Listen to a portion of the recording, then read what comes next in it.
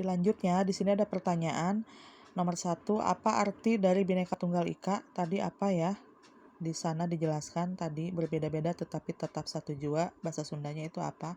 Kemudian negara Indonesia itu mempunyai Mibanda itu mempunyai kasang tukang naon, katanya tadi mempunyai apa di sini ya? Dijelaskan ada. Jadi mempunyai latar belakang budaya yang bagaimana ya. Nomor 3, seni apa saja yang dipunyai atau dimiliki oleh negara Indonesia? Tadi seni apa saja banyak ya. Nomor 4, keanekaragaman apa saja yang ada di negara Indonesia? Nomor 5, alat yang bisa menyatukan bangsa Indonesia itu selain dari Bhinneka Tunggal Ika itu apa ya? Kita berpedoman ke apa ya bangsa Indonesia itu? Nomor 6, sikap yang bagaimana yang harus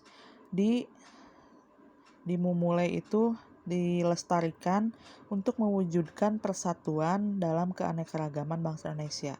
Nah, di sini di bawah ada Miharti Kecap, nanti kalian tulis karena ini sampai nomor 6. Jadi untuk mendapatkan nilai 100 ini harus disalin.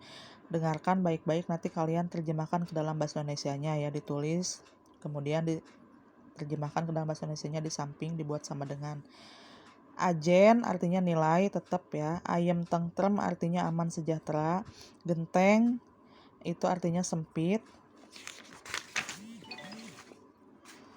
Kemudian gulangkep berpasangan. Mibanda memiliki. Padumukan itu tempat tinggal. Pasalingsingan itu perselisihan. Rempuk jukung gotong royong. Kemudian repeh rapi itu rukun ya, tidak suka bertengkar. Rohaka itu sangat besar. Runtut laut artinya bersatu. Silih rojong saling dukung. Someah itu orang yang murah senyum ya. Tembong tampak atau terlihat. Tohaga itu kuat ya. Biasanya disebutkan dalam sebuah bangunan, kuat, besar itu ya. Kalian kerjakan sampai sini harus disalin ya. Oke, terima kasih.